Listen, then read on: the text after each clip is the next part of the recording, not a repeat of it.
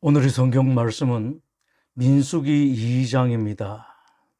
민수기 2장 25절에서 34절입니다. 북쪽에는 단 군대 진영의 군기가 있을 것이라. 단 자손의 지휘관은 암미사대의 아들 아히에셀이요 그의 군대로 계수된 자가 62,700명이며 그 곁에 진칠자는 아셀 지파라. 아셀 자손의 지휘관은 오그란의 아들 바게일이요 그의 군대로 계수된 자가 41,500명이며 또 납달리 지파라. 납달리 자손의 지휘관은 에난의 아들 아히라요 그의 군대로 계수된 자가 53,400명이니 단의 진영에 속하여 계수함을 받은 군인의 총계는 15만 7,600명이라. 그들은 길을 따라 후대로 행진할지니라 하시니라. 이상은 이스라엘 자손이 그들의 조상의 가문을 따라 계수된 자니 모든 진영의 군인 곧 계수된 자의 총계는 60만 3,550명이며 레위인은 이스라엘 자손과 함께 계수되지 아니하였으니 여호와께서 모세에게 명령하심과 같았느니라. 이스라엘 자손이 여호와께서 모세에게 명령하신 대로 다 준행하여 각기 종족과 조상의 가문에 따르며 자기들의 길을 따라 진을 치기도 하고 행진하기도 하였더라. 아멘. 언젠가 북한에서 권세가 등등하던 고위 간부가 졸지에 처형되었다는 언론 보도가 있었습니다. 김정은이 참석한 회의에서 졸았다는 것 때문이라고 합니다. 형벌 정도, 형벌 방법, 재판 과정 등 어느 것 하나 말이 되는 것이 없었습니다마는 군대의 최고 지휘관이 회의 도중에 졸았다는 것 자체는 문제가 있습니다. 지금 한국 군대의 큰 문제가 이것입니다. 육체적으로 또 정신적으로 군인들이 다 졸고 있는 것 같습니다. 병사들도 졸고 장교들도 졸니다. 육해 공군 줄줄이 다 그런 것 같습니다. 군대가 졸면 많은 의미에서 죽습니다. 기독교인들도 마찬가지입니다. 졸면 안 됩니다. 졸면 당하고 한 번 당하면 돌아설 수 있는 기회가 그렇게 많지 않습니다. 십자가에 달리시기 바로 전 스승 예수님이 죽을 것 같은 심정으로 기도하고 계실 때에도 제자들이 졸았습니다. 그러다가 돌이킬 수 없는 후회를 불러오고 말았습니다. 제자들이 자는 것을 보시고 베드로에게 말씀하시되 시몬아 자느냐 내가 1시간도 깨어 있을 수 없더냐 시험에 들지 않게 깨어 있어 기도하라.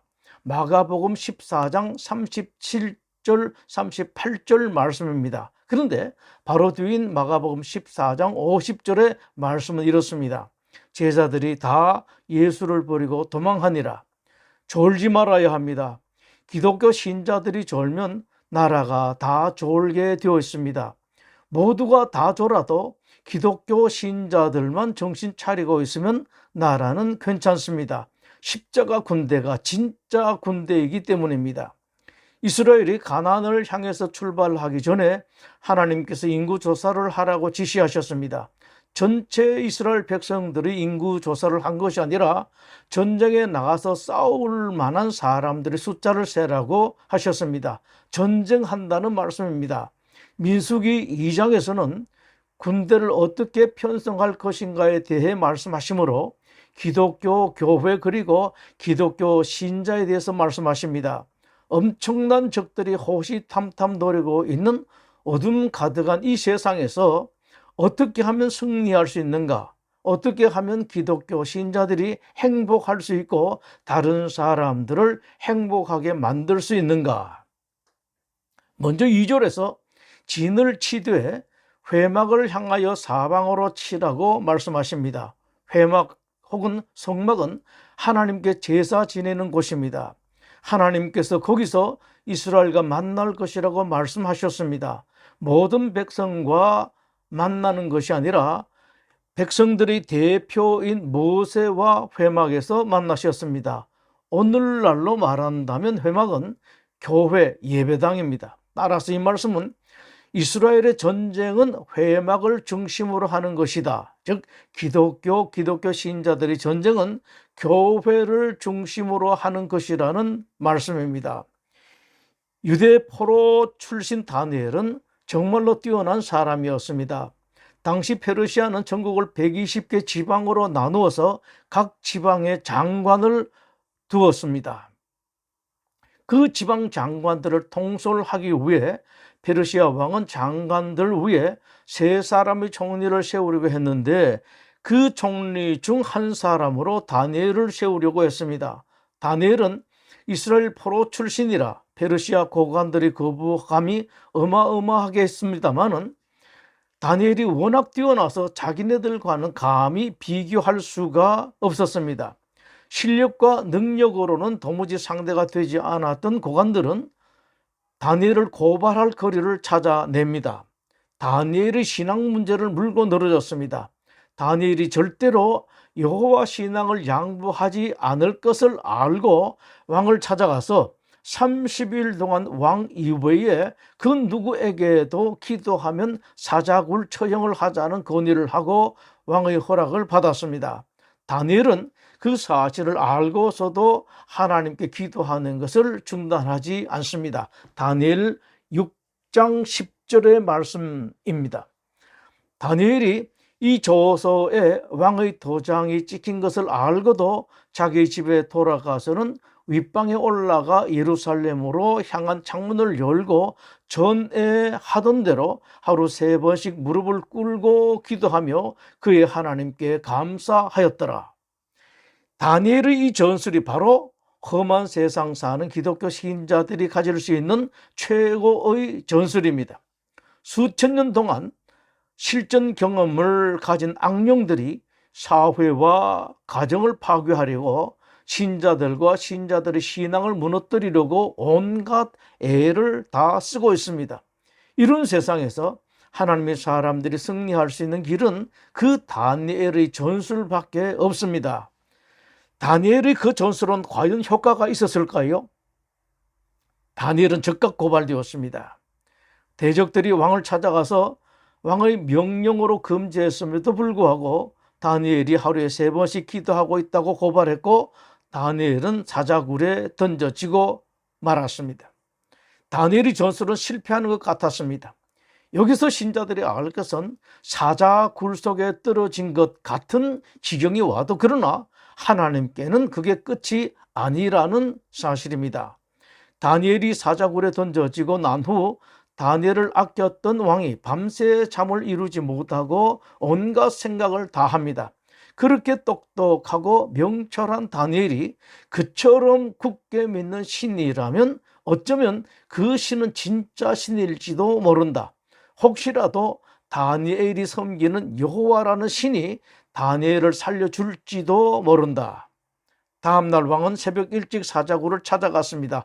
혹시 생각하면서 사자굴을 향하여 다니엘을 불렀습니다. 살아계시는 하나님의 종 다니엘아, 내가 항상 섬기는 내 하나님이 사자들에게서 능히 너를 구원하셨느냐? 다니엘이 정말로 살아있을 것이라고 생각하고 부른 것이 아니라 안타까운 마음 때문이었습니다. 그런데 꿈에도 상상하지 못할 일이 생겼습니다. 사자굴 속에서 다니엘의 음성이 들렸습니다. 죽었어야 할 다니엘이 대답했습니다. 나의 하나님이 이미 그의 천사를 보내어 사자들의 입을 봉하셨으므로 사자들이 나를 상해하지 못하여 사오니 이는 나의 무죄함이 그 앞에 명백함이 오며 또 왕이여 나는 왕에게도 해를 끼치지 아니하였나이다. 사자굴에서 소리가 들렸습니다. 다니엘이 살아있었습니다. 예루살렘을 향해서 기도한 다니엘의 기도는 과연 승리의 전술이었습니다. 그 다음에 이를 성경은 이렇게 기록하고 있습니다. 왕이 말하여 다니엘을 참수한 사람들을 끌어오게 하고 그들의 처자들과 함께 사자굴에 던져 넣게 하였더니 그들이 굴 바닥에 닿기도 전에 사자들이 곧 그들을 움켜서 그 뼈까지도 부서뜨렸더라. 다니엘에 대해서는 입도 못 벌렸던 사자들이 다니엘을 참소했던 사람들을, 하나님을 회방하고 여호와 신앙을 공격하던 사람들은 발이 바닥에 닿기도 전에 그 뼈까지도 부스러뜨려지고 말았습니다. 왕이 선포합니다. 내 나라 관할 아래에 있는 사람들은 다 다니엘의 하나님 앞에서 떨며 두려워할지니 그는 살아계시는 하나님이시요 영원히 변하지 않으실 이시며 그의 나라는 멸망하지 아니할 것이요 그의 권세는 무궁할 것이며 그의 구원도 하시며 건져내기도 하시며 하늘에서든지 땅에서든지 이적과 기사를 행하시는 이로써 다니엘을 구원하여 사자의 입에서 벗어나게 하셨습니다. 다니엘은 완전한 승리를 거두었습니다. 다시 한번 확인하겠습니다. 무엇으로 다니엘이 승리했습니까? 하나님이 계신 곳 성전을 사모하며 예루살렘을 향하여 기도한 것, 어떤 방해에도 불구하고 어떤 위협에도 불구하고 어떤 위기에도 불구하고 하나님께 기도했더니 하나님께서 기적을 베풀어 주셨습니다. 하나님께서 이어서 이스라엘의 군대 진영 편성에 있어서도 말씀하십니다. 전체 12지파를 3지파씩 4부대로 나누어 4부대 모두 회막을 중심으로 동서남북의 진을 치라고 하셨습니다.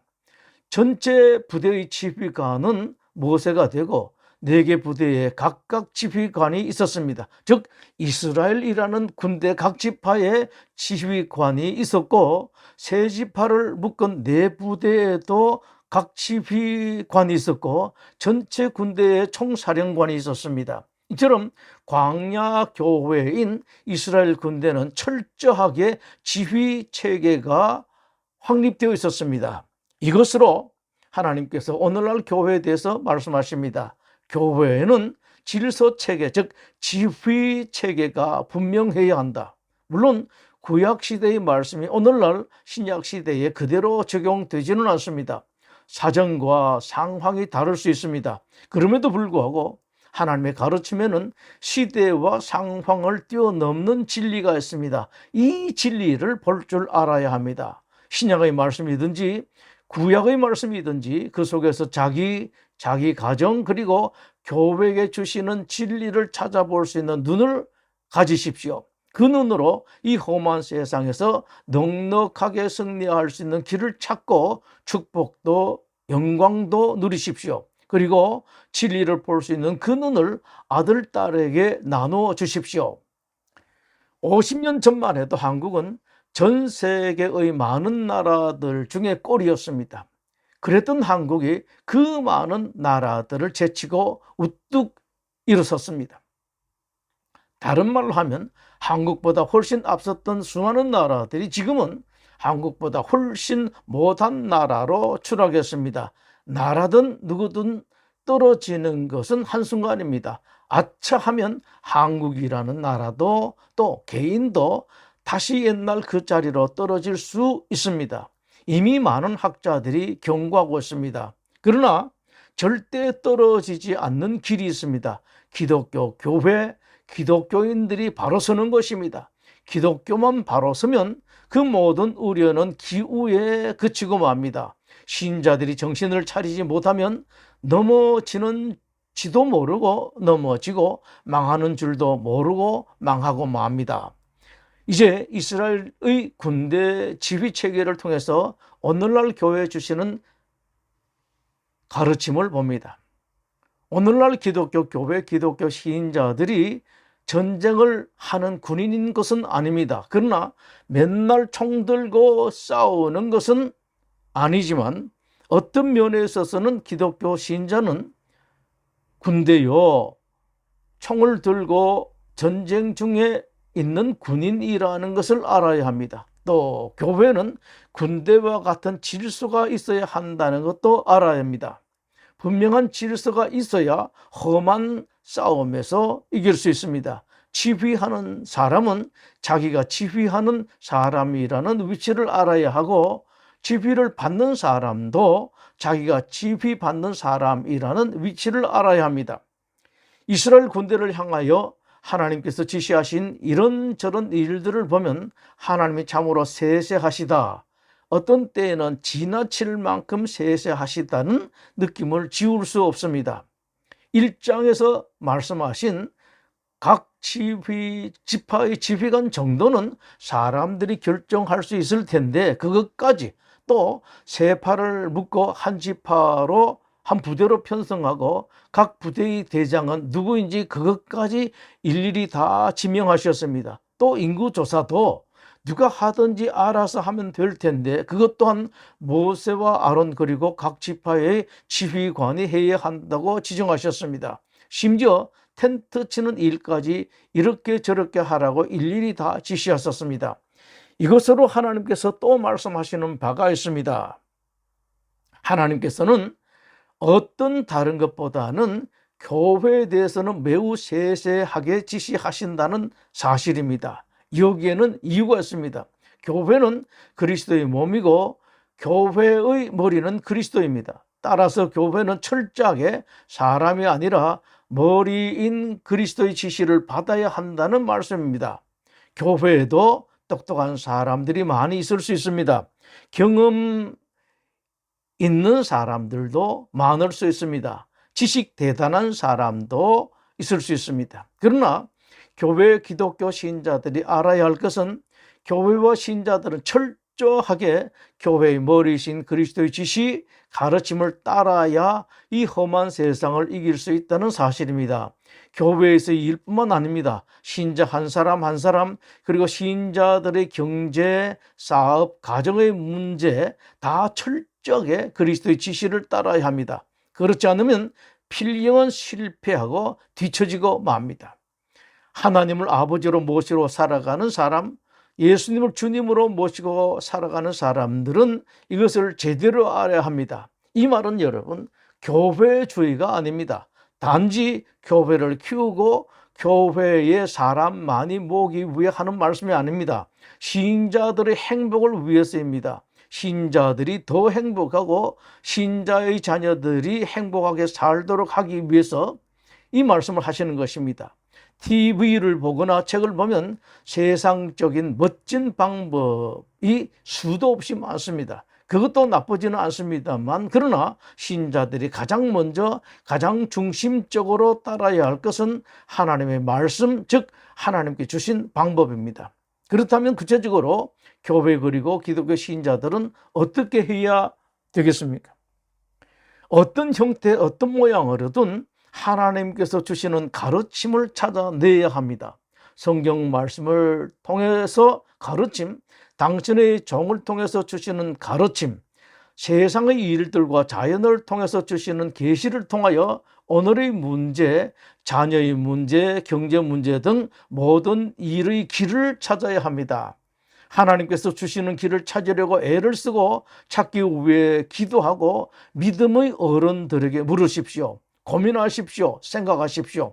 어떻게 하든 간에 하나님의 뜻, 하나님의 가르침을 얻으려고 애를 쓰십시오. 그렇게 하면 반드시 승리합니다. 예수님께서 말씀하셨습니다. 구하라 너에게 주실 것이요, 찾으라 그리하면 찾아낼 것이요, 문을 두드리라 그리하면 너에게 열릴 것이니 구하는 이마다 받을 것이요, 찾는 이는 찾아낼 것이요, 두드리는 이에게 열릴 것이니라. 여러분, 모세가 얼마나 잘 감당했습니까? 200만 명이나 되는 이스라엘 백성들을 40년간 이끌었습니다. 이스라엘 백성들이 어떤 사람들입니까? 400년 가까이 노예로 살았던 노예 근성이 가득한 사람들입니다. 그 사람들을 40년, 그 기나긴 세월 어떻게 그토록 성공적으로 이끌 수 있었습니까? 성경은 그것을 강하게 또 확실하게 말씀하십니다. 모세는 모든 문제에 일일이 하나님께서 지시한 대로 하였다. 모세에 대해서 성경이 핵심적으로 말씀하시는 것이 이것입니다. 그것을 많은 성경이 말씀하십니다. 민수기 1장 19절, 여호와께서 모세에게 명령하신 대로 그가 시내 광야에서 그들을 계수하였다 라고 말씀하시고 1장 54절에도 이스라엘 자손이 그대로 행하되 여호와께서 모세에게 명령하신 대로 행하였더라고 말씀하십니다. 2장 33절 34절에서도 여호와께서 모세에게 명령하심과 같았느니라. 이스라엘 자손들이 여호와께서 모세에게 명령하신 대로 다 준행하여 라고 말씀하십니다. 특히 출애굽기 39장 40장은 거의 그 말씀으로 가득 차 있습니다. 여호와께서 모세에게 명령하신 대로 옷을 만들었더라. 에봇에 붙여 짰으니 여호와께서 모세에게 명령하신 대로 하였더라. 보석을 삼았으니 여호와께서 모세에게 명령하신 대로 하였더라. 모세가 그같이 행하되 곧 여호와께서 자기에게 명령하신 대로 다 행하였더라. 성막 위에 막을 펴고 그 위에 덮개를 덮으니 여호와께서 모세에게 명령하신 대로 되니라. 증거궤를 가리니 여호와께서 모세에게 명령하신 대로 되니라. 여호와 앞 그 상 위에 떡을 진설하니 여호와께서 모세에게 명령하신 대로 되니라. 여호와 앞에 등잔대에 불을 켜니 여호와께서 모세에게 명령하신 대로 되니라. 모세는 하나님께 들은 말씀을 아주 그대로 준행했습니다. 여러분, 모세가 얼마나 많은 공부를 한 사람입니까? 왕자로서 40년, 얼마나 최고의 교사들에게 배웠겠습니까? 그러나 모세는 최고에게서 배운 것이 아니라 오직 하나님께서 말씀하신 대로 했습니다.